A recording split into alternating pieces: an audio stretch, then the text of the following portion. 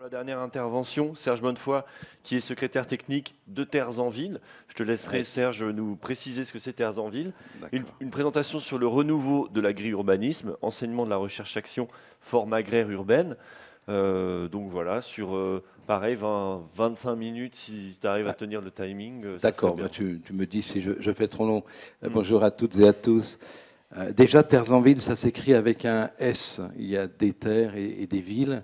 Et lorsque l'association, le réseau a été créé en juin 2000, cela a été important à affirmer. Et c'est un réseau qui regroupe une trentaine d'agglomérations et de régions. Le principe étant que chaque agglomération est représentée par sa communauté urbaine, son intercommunalité, et par sa chambre d'agriculture. Donc le principe, c'est de faire travailler ensemble le monde politique et le monde professionnel, et ça se veut être le réseau des acteurs locaux de l'agriculture périurbaine, mais je reviendrai sur l'emploi de ce terme agriculture périurbaine. Alors, ce que je vous présente, c'est vraiment partiel, c'est une entrée particulière à partir des projets publics de mise en valeur des espaces agricoles périurbains. Ça se veut être une étude, c'est pas complètement terminé, et donc ça nous paraît quand même intéressant en matière d'enseignement, sur ce qu'ont pu porter ces différents territoires du réseau en matière de projets agri-urbains liés à la mise en valeur des espaces agricoles périurbains. Alors, la recherche-action, comment pour vous dire le contexte, c'est une recherche qui s'est faite entre un collectif de chercheurs et d'acteurs des agglomérations membres et du réseau, et également d'un certain nombre de chercheurs à la fois de l'École nationale supérieure du paysage de Versailles, de l'Institut d'urbanisme de Grenoble, d'AgroCampus Ouest, etc. Et donc une pluridisciplinarité assez forte, mais une recherche qui a surtout consisté à échanger, à avoir des communications de chercheurs, des réactions d'acteurs, des communications de concepteurs, des réactions d'acteurs, etc. Et des travaux d'étudiants, ainsi que des conférences de personnes qui nous paraissaient, de chercheurs qui nous paraissaient particulièrement pertinents sur le sujet, que ce soit Gérard Schucker, archéogéographe, ou que ce soit le philosophe du paysage Jean-Marc Bess. Dans ces séminaires, vous les trouverez sur notre site. Ils ont tous eu des entrées spécifiques, ces séminaires annuels, soit sur la forme agricole de la ville-territoire et de son urbanité, soit sur l'approche du paysage à Versailles, soit sur l'économie agricole et le modèle économique des formes agri-urbaines à Genève, mais ça a surtout été une comparaison franco-suisse des démarches. Et puis le dernier a tenu sur l'agri-urbanisme, et vous avez des travaux de trois établissements d'enseignement supérieur sur Rennes qui essayent de proposer une typologie des formes agri-urbaines, mais au niveau de la parcelle.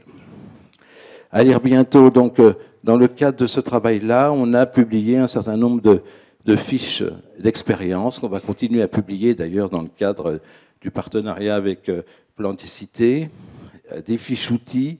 Et puis ce travail a finalement permis d'aller vers une autre recherche-action, mais de la financer fortement dans le cadre enfin fortement, pas suffisamment, mais de façon assez forte quand même, dans le cadre du programme PSDR 4, le PSDR frugal, formes urbaines et gouvernance alimentaire, où entre le Grand Ouest et Rhône-Alpes, entre des gens comme Catherine Darro, Bernard Pecker, Claire Delphos ou encore l'Institut d'urbanisme de Grenoble, on va regarder justement la question des flux, la question de la gouvernance, la question des formes urbaines et en quoi l'alimentation redessine la métropole et en quoi la métropole pose des questions spécifiques à l'alimentation, tout ça pour arriver vers un volet de recherche systémique sur les systèmes alimentaires métropolitains durables. Alors l'agri-urbanisme, quand même une petite chose pour qu'on comprenne les problèmes que l'on se pose dans notre réseau. Donc je vous ai dit, on a employé le terme agriculture périurbaine à l'époque. On l'a employé, le réseau a été créé en 2000, mais le premier programme agricole de région urbaine en France date de 1979, c'est celui de Lyon. Et suite, je crois, les travaux de l'OCDE de 1976 qui employaient le terme agriculture périurbaine. Les premières réflexions en faveur de l'agriculture dans les villes se sont appelées agriculture périurbaine.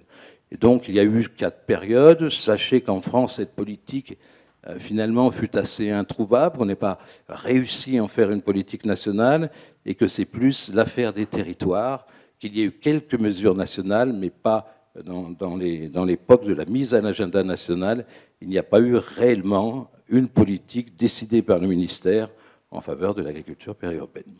Donc, c'est dans cette époque de 1991 à 2002 qu'est née les préoccupations, qui a été conceptualisée en France, l'agriculture périurbaine et l'agriculture urbaine, et l'agri-urbanisme. Et c'est à cette époque-là qu'on a commencé, dans nos travaux, à prendre en compte cela. Alors, je m'excuse pour la photo habituelle de Pierre Donadieu, mais ce sont notamment les travaux d'André Fleury et de Pierre Donadieu à l'École nationale supérieure du paysage de Versailles, la création de leur laboratoire, un article fondateur dans le Courrier de l'environnement qui ont permis de définir ce qu'était l'agriculture urbaine. Et ce travail-là, en France, a eu une importance forte sur la politique nationale, mais notamment en Suisse, il y a eu une reprise, je pense aux travaux de Joël Salomon-Cavin de l'Université de Lausanne, il y a eu aussi une reprise de cette définition. On considérait à l'époque que l'agriculture périurbaine pouvait s'appelait agriculture urbaine, qu'elle devenait urbaine lorsque, finalement, elle entretenait des rapports fonctionnels réciproques avec la ville. Donc, ça veut dire qu'à partir de cette définition de l'agriculture urbaine, on va aller vers la définition de l'agri-urbanisme. Et nous, acteurs locaux de l'agriculture dite périurbaine, à cette époque, on considère que cette définition, elle exclut l'agriculture majoritaire des territoires dits périurbains, qui étaient les grandes filières d'élevage ou de la grande culture, et que finalement, travailler avec l'agriculture périurbaine se limitait à travailler avec les exploitations agricoles qui entretenaient ces relations privilégiées.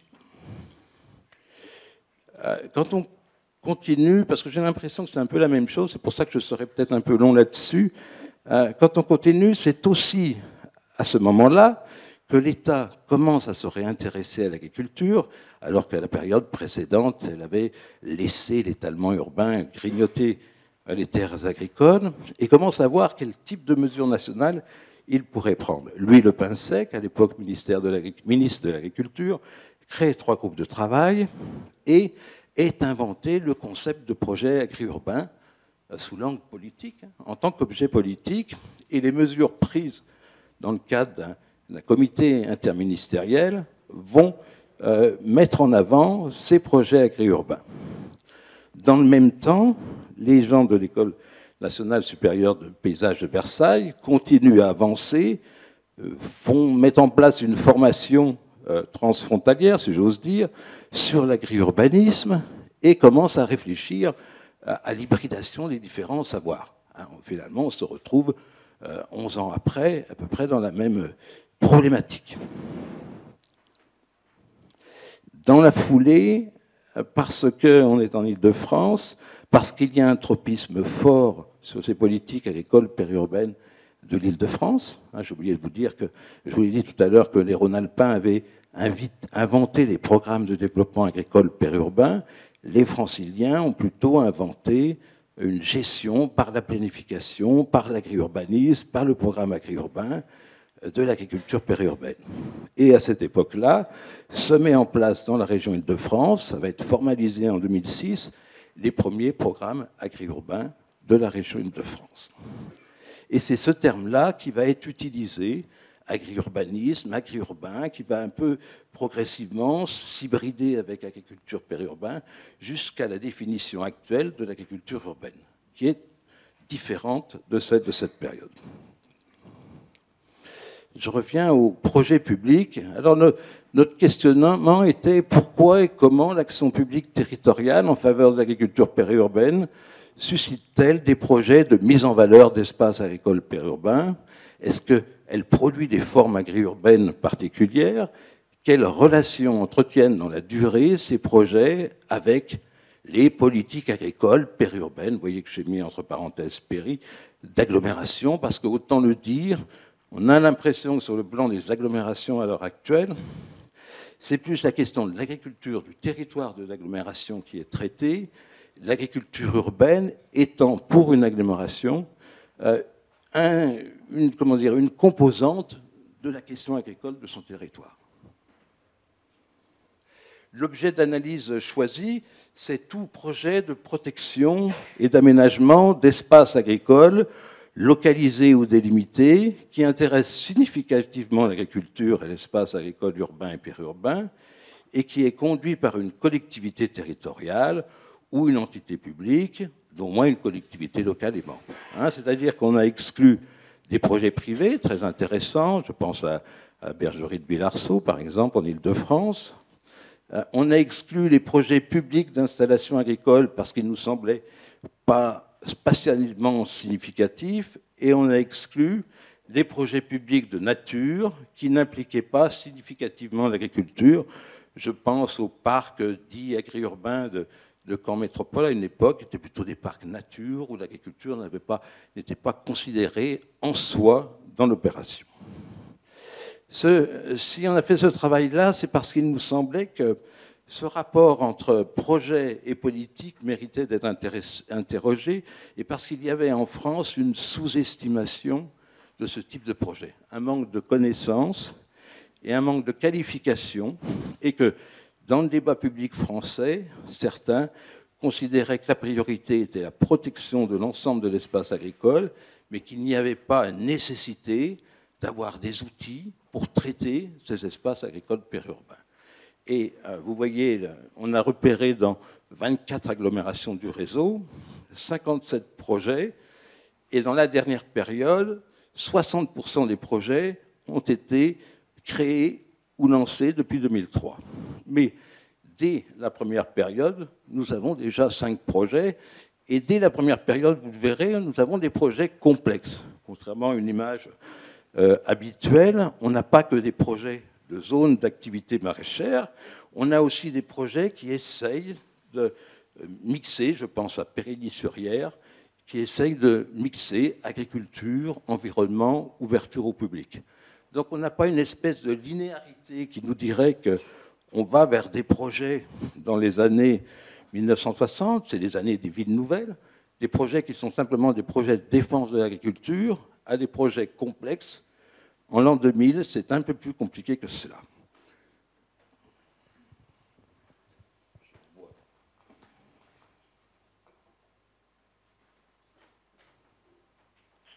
La deuxième chose mise en évidence par le travail, c'est que finalement, l'évolution de la législation foncière, puis c'est un petit peu un bémol à l'intervention du pépiniériste tout à l'heure, elle joue énormément sur ce type de projet. En fait, la législation française sur le foncier s'est complexifiée.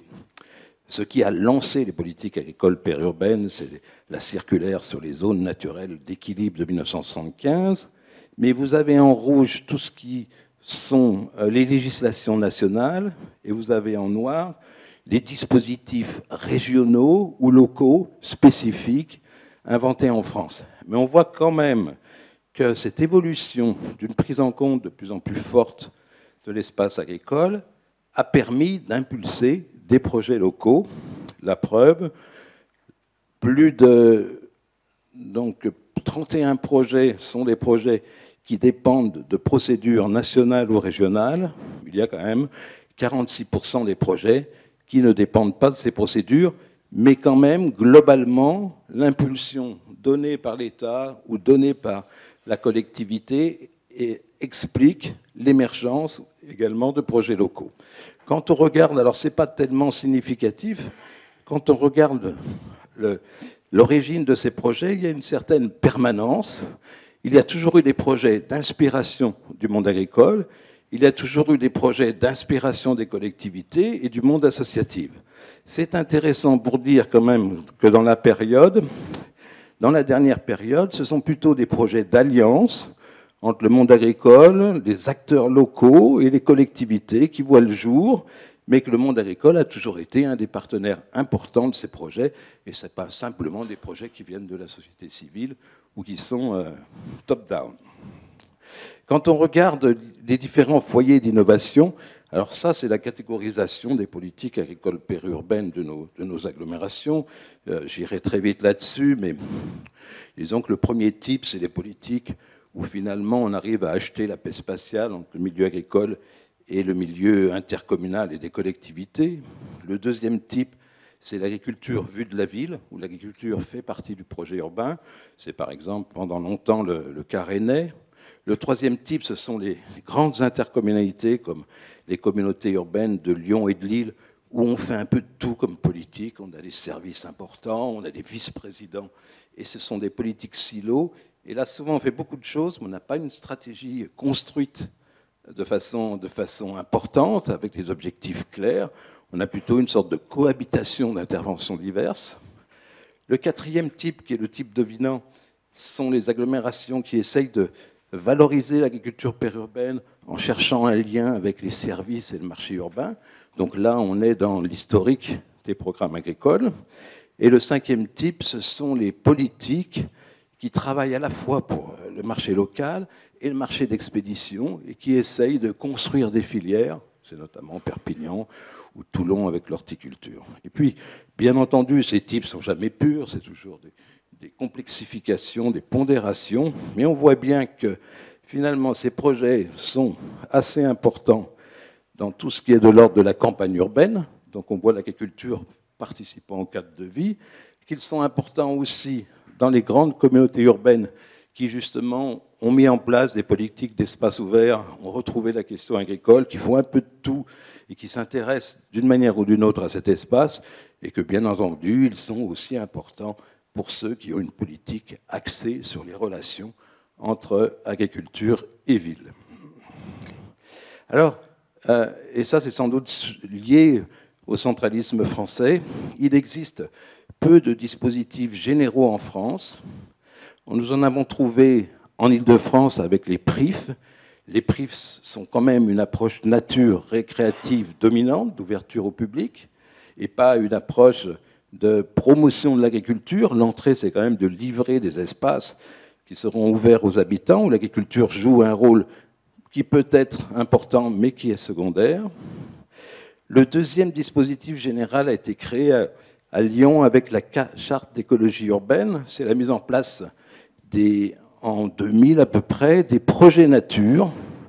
Ces projets nature ont été une manière de mettre en valeur l'armature verte, la trame verte lyonnaise. Et dans ces projets nature, on a des projets d'agriculture, même de grande culture, où là aussi, on a une vision d'ouverture au public, mais avec comme Lyon avait une politique agricole, avec une entrée agricole plus forte, où on essaye de combiner agriculture et nature. Si l'on était dans des pays plus décentralisés, comme l'Italie ou l'Espagne, on aurait des dispositifs régionaux, on aurait plus de création, ou en Suisse avec les cantons, on aurait sans doute plus de création de dispositifs particuliers et on aurait plus pris en compte ces aspects-là. Alors, maintenant, j'en arrive aux éléments de typologie. On a placé tous ces projets-là avec 4 grilles. Une grille d'agri-urbanisme, enfin plutôt quatre tendances, une grille de cadre de vie, une grille de développement économique, une grille d'écologie, avant de proposer une typologie. Sur le plan de l'agri-urbanisme, vous voyez qu'on passe dans les années des villes nouvelles, dans les années 60, je pense à la zone maraîchère par exemple de Cergy-Pontoise, où finalement, après des conflits très forts, la ville nouvelle s'installe et on laisse aux agriculteurs 150 aux maraîchers qui avaient 800 hectares, on leur laisse 150 hectares, une zone agricole qui ne gêne pas l'urbanisation, qui est un compromis, après versement d'indemnités importantes. Et c'est ce que j'ai appelé l'urbanisme agricole de repli. Vous avez, ce sont là que sont nés les premiers conflits fonciers, et le traitement était, l'urbanisation étant dominante, le traitement était d'assurer une petite zone agricole que l'on laissait à disposition des agriculteurs, espérant que finalement le projet de ville nouvelle passe. Dans l'évolution de ces projets, on est plutôt à l'heure actuelle sur un équilibre agri-urbain lorsqu'il y a conflit foncier.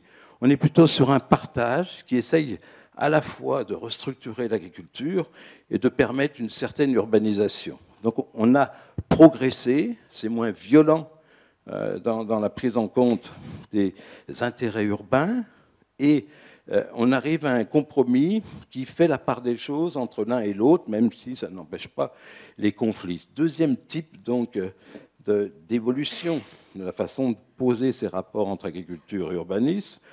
Troisième type, les projets qui vont plus loin que cette seule cohabitation intelligente, qui essayent de marier l'aspect agricole et l'aspect urbain dans une même fonctionnalité, un même projet. J'y reviendrai tout à l'heure, mais c'est notamment les agroquartiers ou la reconversion de certaines bases aériennes. Et on a même constaté des projets liés à des problèmes d'inondation, de désurbanisation. Là, on va détruire le bâti et on va installer une agriculture qui est souvent une agriculture urbaine, parce que ce ne sont pas forcément des enjeux pour les agriculteurs, mais ce sont des enjeux pour la production agricole biologique en zone inondable, et sans doute qu'ils témoignent d'un début d'évolution. Sur le plan des enjeux paysagers, quand on regarde ces 57 projets, on retrouve aussi 4 façons d'aborder le paysage.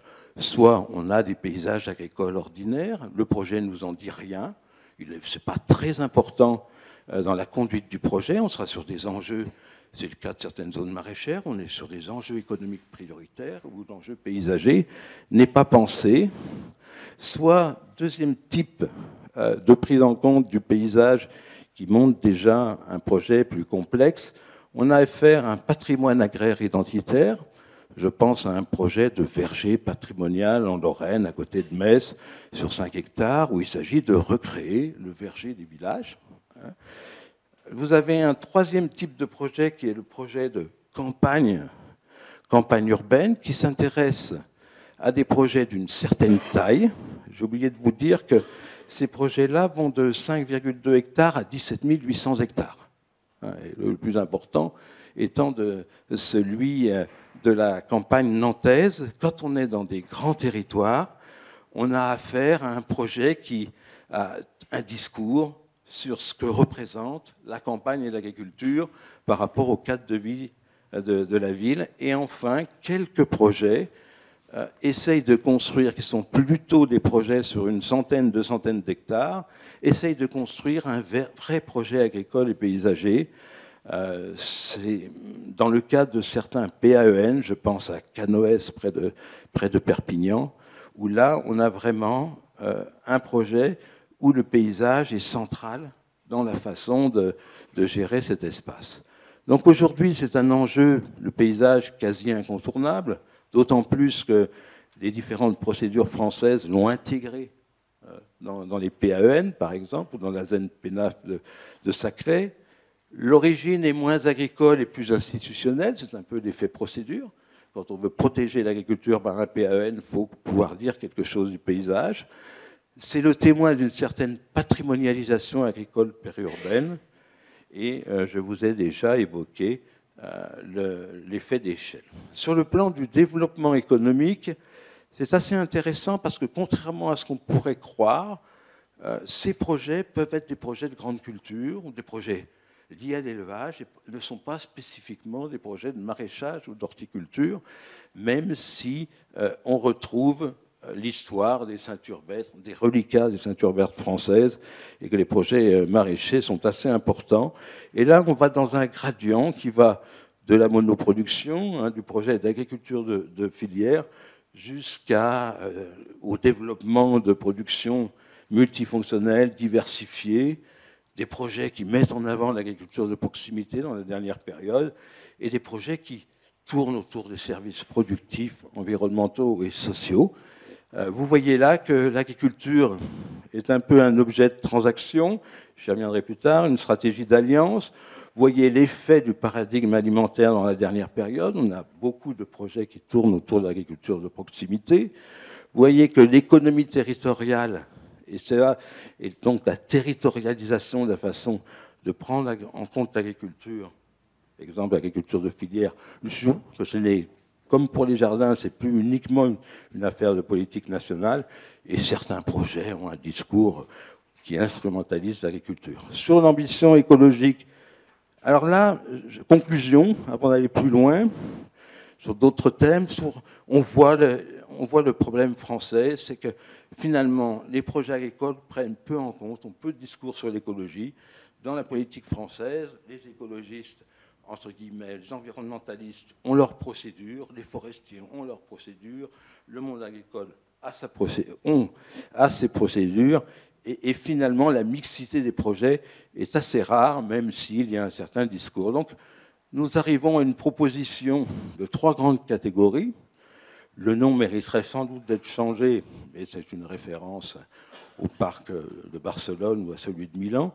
Les parcs agri-urbains, qui vont de la zone d'activité agricole, comme la boucle de Montesson, là on est dans un discours uniquement de protection, à des parcs qui essayent de marier l'agriculture et la nature, et donc de combiner les deux éléments, les deux composantes, des projets de campagne urbaine qui sont différents, là surtout suivant la taille. Les Rennais ont inventé des champs urbains. L'évolution de la métropolisation, l'évolution des périmètres des intercommunalités font qu'on est sur des périmètres avec des PAEN qui sont de plus en plus larges. Je pense au PENAB du Grand Lyon, je pense au PAEN de Notre-Dame-des-Landes, pour d'autres raisons. On voit qu'il y a un effet taille, que quelquefois on gère par ces projets de campagne urbaine des limites entre l'intercommunalité et un parc naturel régional, et quelquefois ce que l'on gère, c'est l'entre-deux, entre deux agglomérations ou deux territoires. Et là, on est effectivement dans des composantes de la métropole. Et enfin, ces questions de quartiers agri-urbains, là, je vous ai mis quelques exemples, qui vont d'une zone maraîchère à Grenoble, qui a été pensée surtout pour la production, une zone d'activité agricole, à Canoës, qui est un projet d'agri-nature qui prend en compte aussi l'héritage de l'irrigation, de l'eau, des canaux, qui a tout un discours sur le patrimoine agricole, avec la zone de Wavrin, à côté de Lille, où on installe des agriculteurs bio à l'heure actuelle. En projet de campagne urbaine, bon, vous avez ce PAEN entre le parc du Pilat et Saint-Étienne. Vous avez les Chambériens qui utilisent les zones agricoles protégées pour essayer de gérer l'entre-deux entre l'agglomération d'Aix et celle de Chambéry. Et en quartier agri-urbain, le projet d'écoquartier du Raquet à Douai, qui, dans la conception du quartier, a créé une zone de 12 hectares pour l'horticulture, pas forcément bien pensée avec les agronomes, pour tout dire, mais qui est devenue petit à petit, avec l'idée de mettre la cuisine centrale des papillons blancs, de créer une légumerie, un point de vente, qui est devenu un projet complexe lié à l'agriculture périurbaine, et ces fameux projets de reconversion des bases aériennes, où là, il y a le projet d'un agrobiopôle sur 70 hectares à Metz, permettant à la fois de développer l'agriculture biologique, l'agriculture urbaine, mais d'installer aussi des unités agroalimentaires de bonne dimension, importante. C'est un projet quand même très complexe. Alors, pour conclure,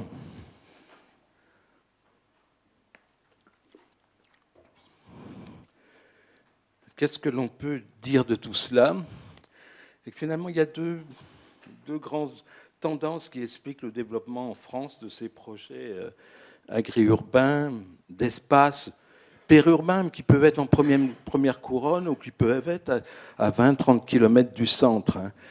C'est bien entendu la lutte contre la consommation des espaces agricoles, qui s'est intensifiée avec la mise en place de la commission départementale, un certain nombre de législations, qui est devenue un retour de l'État sur ce type de questionnement-là, et qui fait que les collectivités et les acteurs arrivent mieux à développer des projets. Et c'est aussi l'irruption de la question alimentaire, le paradigme alimentaire, qui fait que, un peu ce que l'on a vu avec Montsartou, que l'on a cette connexion et un début que l'on va sans doute vers une certaine forme de planification alimentaire. Je voudrais juste développer, alors sur le projet alimentaire, bon, je passerai très vite là-dessus, mais sachez que c'est un enjeu très très important pour nous et qu'on lit tout ce qui est différents projet de recherche-action ou de réseau national sur les projets alimentaires territoriaux à cette réflexion planification, Agri-Scott, Agri et la prise en compte de l'agriculture dans les plans locaux d'urbanisme, l'agriculture urbaine, hein, et que là, l'enjeu me semble fort. On travaille à l'heure actuelle avec la métropole européenne lilloise, par exemple, ou avec l'Orient. Ils partent sur des stratégies agricoles et alimentaires territoriales. Et l'agriculture urbaine, dans le projet de délibération cadre de la MEL, est une des actions du plan d'action de la stratégie agricole et alimentaire territoriale. Alors ça m'amène, Genève, mais ça m'amène à dire un petit quelque chose, si tu me laisses encore 2 minutes, sur agriculture urbaine et agriculture périurbaine. Bon, comme je vous l'ai fait comprendre, on est en quelque sorte, sont des mots qui ont une signification politique, une signification dans la recherche. L'agriculture périurbaine permettait une représentation assez forte, à une époque, du monde des acteurs, des collectivités, de la problématique de l'agriculture. L'agriculture urbaine met l'accent sur les initiatives citoyennes et à l'heure actuelle, ni l'un ni l'autre ne sont des mots satisfaisants. Agriculture périurbaine laisse entendre qu'on n'a pas d'agriculture au centre-ville et agriculture urbaine pose la question un peu de la nature en ville où, si on n'y prend pas garde, il y a un risque de séparation entre la ville-centre, la première couronne et le périurbain, et que ce discours-là peut faire en sorte plutôt de construire une espèce de séparation entre une agriculture de centre-ville et de première couronne tournée vers la ville, et une autre agriculture qui serait une agriculture de filière dont on n'aurait pas grand-chose à dire, et où finalement les formes agri-urbaines du périurbain ou du rural sous influence urbaine n'étaient pas des questions posées. Donc, je ne sais pas quelle sera la solution, mais en tout cas, ça mérite d'être posé. Alors, j'avais pris cet exemple-là parce que lorsque le canton de Genève a voulu faire un lexique sur l'agriculture, il a été obligé, il avait, je crois, commencé à mettre agriculture urbaine, agriculture, etc. Le milieu agricole a réagi en disant qu'il fallait plutôt réserver le terme d'agriculture aux professionnels. Ils s'en sont sortis en parlant de production marchande. Et je voulais insister sur la ferme de Budé, mais ça a été dit, qui se veut aussi une vitrine de la démarche territoriale de l'agriculture de l'ensemble du canton. Je redis une petite chose, et j'ai plus que 2 slides, parce que j'aime assez bien ça. Cela nous interroge sur la façon de prendre en compte un double mouvement. Il y a à la fois un mouvement de périurbanisation, de développement de l'urbanisation sur les territoires ruraux. Les Italiens parleraient de villes diffuses. Donc on n'est plus dans la ville compacte, on n'est plus dans la construction de la ville-campagne, on est dans la recouture d'une ville diffuse. Un mouvement que Joël appelle, Salomon Cavin, agrarisation de la ville ou agricolisation de la ville, qui est le retour du vivant dans la ville. Et ces 2 mouvements créent des hybridations particulières. Employer un seul terme nous amène à caricaturer un peu l'affaire. Donc il faut y réfléchir un peu plus. Et puis, je voulais juste terminer que, effectivement, derrière cette question de l'agriculture urbaine, ça c'est les termes de Pierre Donadieu, une éthique à fonder, derrière ce genre de choses, il y a ce que je vous ai dit sur la séparation des territoires, qu'on peut imaginer pour certains une façon de faire de l'agriculture sans exploitants agricoles, et pour d'autres de faire de l'alimentation de l'agriculture sans consommateurs, et que le risque de séparation des 2 systèmes d'acteurs de l'agriculture, de la société civile et de l'agriculture professionnelle sont des risques importants qu'il faut savoir gérer différemment. Merci.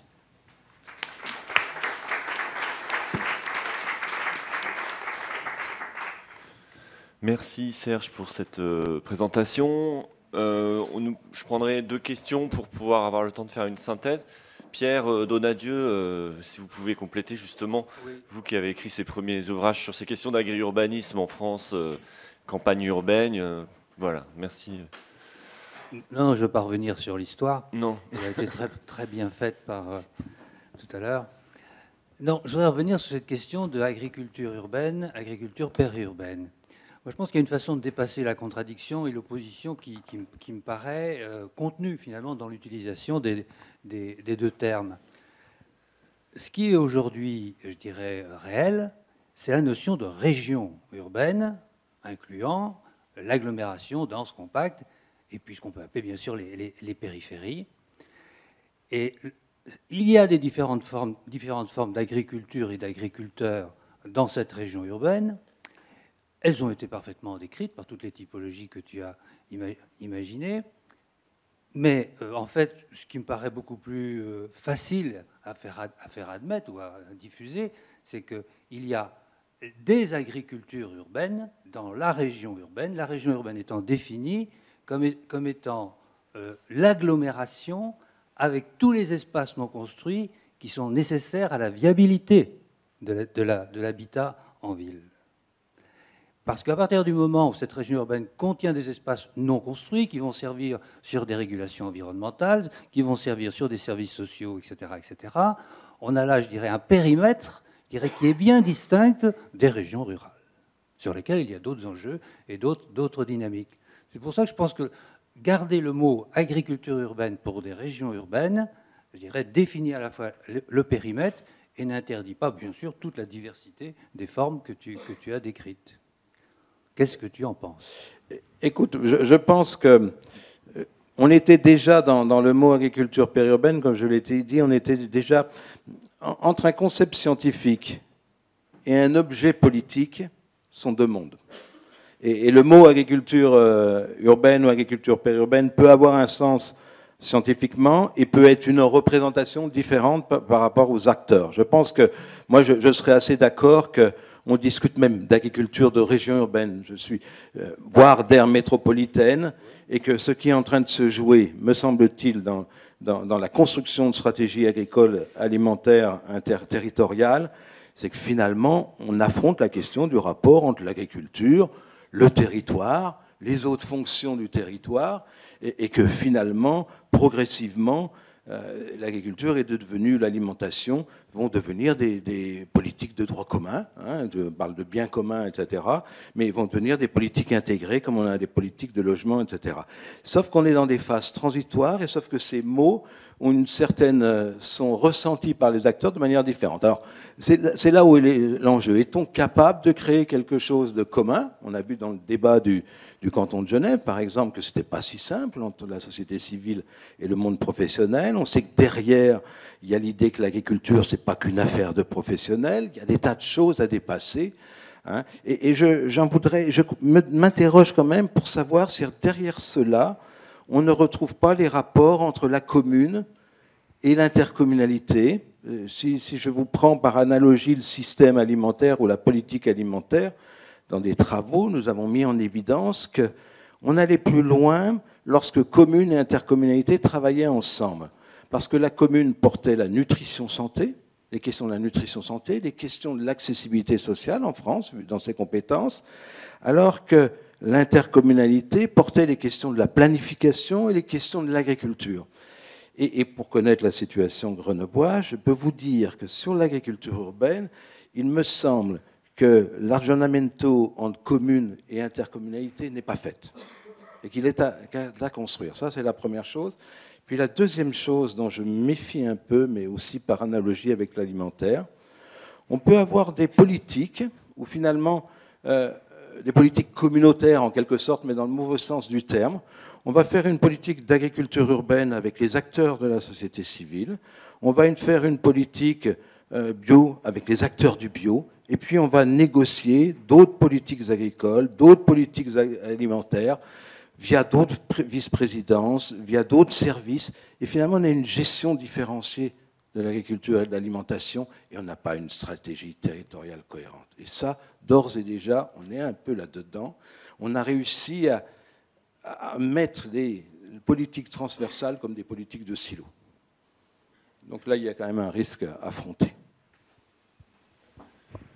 Merci pour cet éclairage, Serge. Et je pense que du coup, ce lien entre les différents réseaux était important. Terres en Ville a une antériorité, un travail sur ces questions de politique, de stratégie, sur les agricultures urbaines, de territoire. Donc ça a bien éclairé, complété par rapport à cette journée. Nous avons terminé cet atelier puisque à 17h15, c'est-à-dire dans une vingtaine de minutes, nous aurons une restitution. Avec Christophe Stoulard, nous allons nous préparer une petite restitution de notre atelier qui durera à peu près 10-15 minutes. Donc si vous n'avez pas d'autres questions, je vous propose d'aller prendre une pause et je vous remercie pour votre attention, pour les questions. Bonne fin d'après-midi.